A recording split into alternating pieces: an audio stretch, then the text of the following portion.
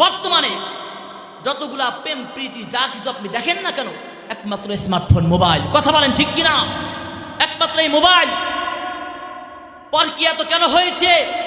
ও আমার বাবারা যাদের বয়স 80-র উপরে আছে, আপনাদের জামানায় কি এত পরকীয়া ছিল? পরকীয়া ছিল, নাম গন্ধ ছিল না।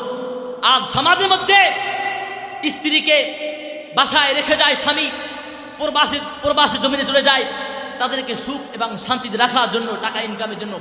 এদিক থেকে আমার মা বোনরা এদিক থেকে পরকীয়ার মধ্যে লিপ্ত হয়ে স্বামীর হক নষ্ট করে। কথা বলেন ঠিক কিনা? একমাত্র কিসের কারণে? এই মোবাইলের কারণে। আজকে এত আমার মা বোনরা গার্মেন্টসে এত কাজ করে কেন? আমি যখন প্রতিদিন সকালে যখন মাদ্রাসায় যখন যাই, তখন কাজ প্রতিষ্ঠানে দেখি শত শত মা বোনরা সবাই গার্মেন্টসে যাচ্ছে কেন? আজ এই অবৈধভাবে প্রেম করে বিবাহ করার পরে দেখা যায় একসময় ডিভোর্স হয়ে গেছে, দেখা যায় ছেলের জীবনটা নষ্ট হয়ে গেছে, মেয়ের জীবনটা নষ্ট।